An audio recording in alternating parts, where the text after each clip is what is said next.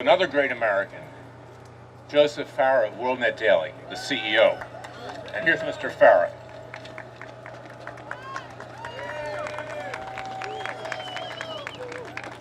Well, where to begin? Where to begin? I agree with everything that guy just said. Let's start there. And I want to thank Larry Klayman for organizing this demonstration today. For a long time, I've been, for those of you who read my column, I've been, bemoaning the fact that where are Americans amidst this growing tyranny that we're seeing in America today? We've heard the litany of high crimes and misdemeanors perpetrated by the occupant of the White House, but it goes beyond Obama. Obama is not the problem. He's a symptom of the problem, a much deeper problem in this country. You can get rid of Obama, and there are guys lined up behind him to take his place who will be executing tyrannical policies just like Barack Obama. And that's what we've got to get our hands around. But I applaud Larry Klayman, my good friend of many, many years, my attorney, my friend, for organizing this today. And let this be the beginning of a movement to take America back. Today is a very auspicious day. Anybody know what today is? That's exactly right. We've got a very informed audience here today. Much of the media has, I think, not really acknowledged the fact that today is the 150th anniversary of Lincoln's Gettysburg Address. And, I took a look at this address. It's so short. It's remarkably a short, concise document. And I think it would be worth taking a minute or two to recall the words of Abraham Lincoln 150 years ago. 7 years ago, our fathers brought forth on this continent a new nation, conceived in liberty and dedicated to the proposition that all men are created equal. Yeah, say it with me. Now, we are engaged in a great civil war, testing whether that nation, or any nation, so conceived or so dedicated can long endure. We are met on a great battlefield of that war. And remember, folks, more than 50,000 Americans died on that battlefield. That's like the number of Americans who died in that very long, protracted Vietnam War that we all recall. We have come to dedicate a portion of that field as a final resting place for those who here gave their lives that the nation might live. It is altogether fitting and proper that we should do this. But in a larger sense, we cannot dedicate, we cannot consecrate, we cannot hallow this ground. The brave men, living and dead, who struggled here have consecrated it far above our poor power to add or detract. The world will little note nor long remember what we say here, but it can never forget what they did here. It is for us, the living, rather, to be dedicated here to the unfinished work which they who fought here have thus far so nobly advanced. It is rather for us to be here dedicated to that great task remaining before us, that from these honored dead we take increased devotion to that cause for which they gave the last full measure of devotion, that we here highly resolve that these dead shall not have died in vain, that this nation, under God, shall have a new birth of freedom, and that government of the people, by the people, and for the people shall not perish from the earth. That's what we're all about. That's why we're here today. For a nation that was consecrated as a government of the people, by the people, and for the people. We've lost our vision, folks. You know this. That's why you're here. This was a country under the rule of law, the will of the people, a great constitution. America has forgotten, indeed, not just the words uttered by Lincoln, but that America was indeed founded as one nation under God, committed to a new birth of liberty, guided by a government of the people, by the people, and for the people. Will we allow that vision, that dream, that goal to perish? Will this be the generation of Americans to throw away the very concept of self-government under the rule of law? You know, sometimes we need to leave the United States to remember what it represents. I just got back from a trip overseas, having spent about 10 days in Israel. And by the way, I got good news for you folks. Obama is even less popular in Israel today than he is right here in this country. So, you know, my perspective today, there's so much we could talk about. There's so many horrible scandals and corruption. It's so rife. But my perspective today is more like one from 30,000 feet. I see America squandering what may well be its last chance to hold on to the dream of its founders who sought to do something unique in world history, to remove the shackles from the people and place them on the central government in the form of a constitution that clearly guaranteed the rights of the people, limited powers of Washington, and reserved the powers not clearly enumerated to the federal government to the several states. That's what it's all about. And we are so far removed today from that precept. To preserve that dream, it's no longer enough to restrain further abuses. We've got to reverse them. We've got to recapture the vision of our founding fathers, the spirit of the founders, and make ourselves spiritually, morally, and intellectually worthy of self-government once again. You know, we've got a problem with self-government.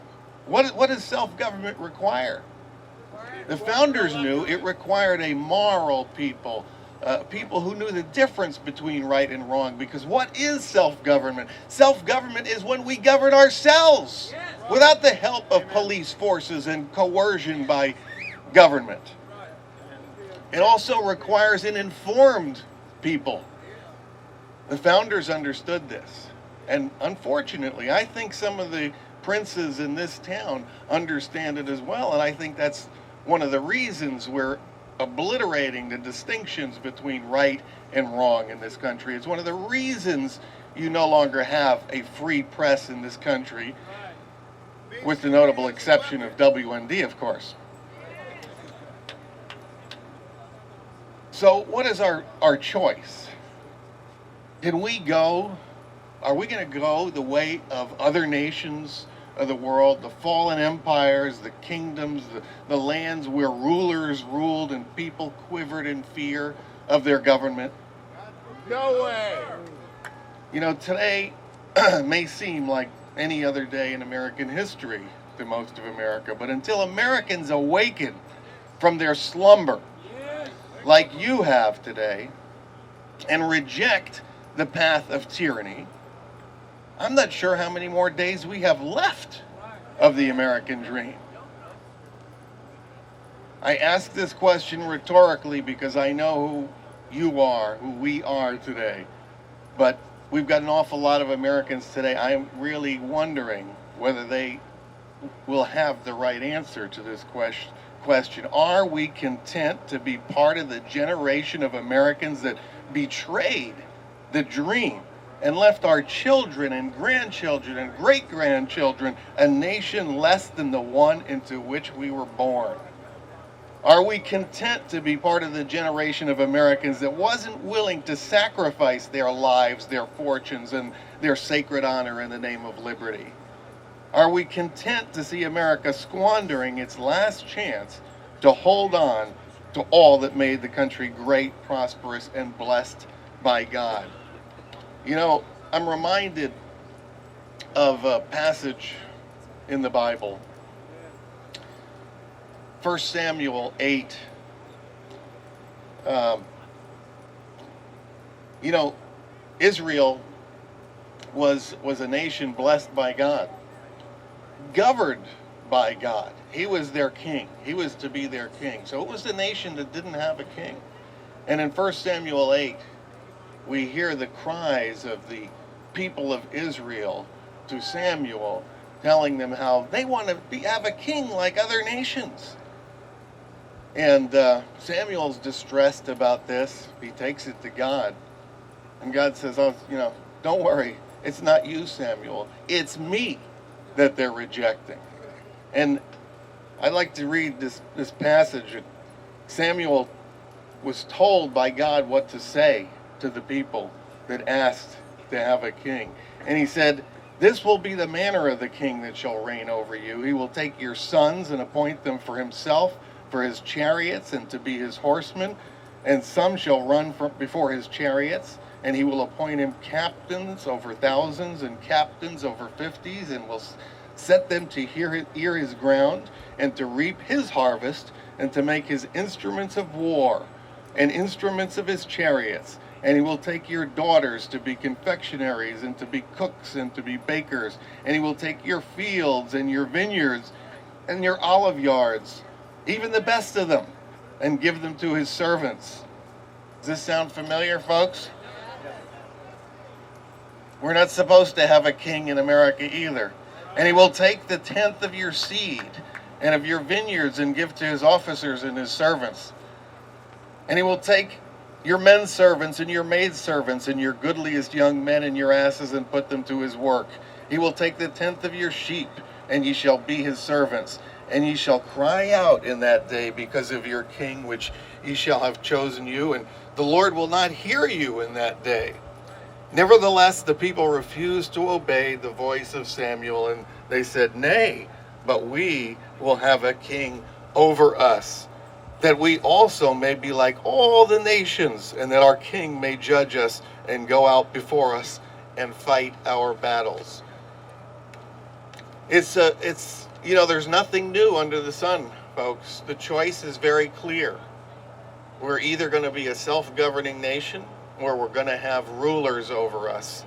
This was the great experiment in liberty that America was and is and hopefully will be in the future. You know, I said I didn't want to deal with all of these huge, you know, we can talk about the IRS, you know, conducting political audits. We can talk about the federal government, you know, eavesdropping on reporters, eavesdropping on every single person here, every American through the NSA. We can go over all of these terrible abuses that we're seeing today. But for some reason, I'm haunted by something. Sometimes, you know, the macro problems are so overwhelming that it's hard to get clarity on what's happening in our nation. Something happened in this town about 6 weeks ago that has haunted me ever since. Does anyone know the name Miriam Carey? And this is, the story of Miriam Carey is kind of symptomatic of something that's happening throughout the United States right now. We are becoming a police state. Miriam Carey, young black woman, mother, made a wrong turn right across the street over there. She may have been mentally unbalanced. We don't really know. When she pulled up to one of these entrances to the White House, guns were drawn on her. She had a little baby in the back seat. She freaked out. I would have freaked out. And she didn't know what to do, so she's started driving. She rammed the barricade, didn't hurt anybody. Guns drawn on her. Finally, she backs out of there and she leads the Capitol Police on a chase around the city. Unarmed. Finally, she's surrounded by Capitol Police, and she does what any one of us would have done in that situation. She gets out of her car, and she is blown away by a firing squad of we don't know how many police. If you look at the videos and the photos, it looks like about 25 people shooting her down. We're still seeking the forensics report on this. It hasn't been released. And what happened after that?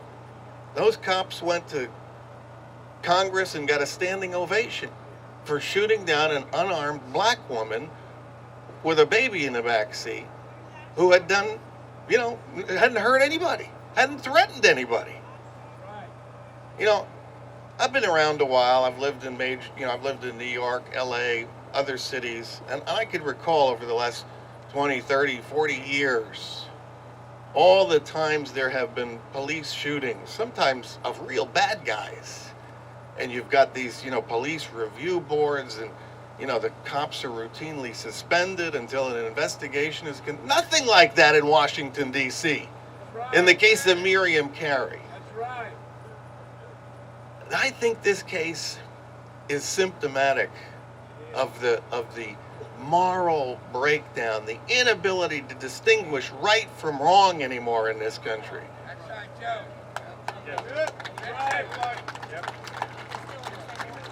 So, I don't know if it's appropriate or not, but, I'm here today for Miriam Carey and the people like her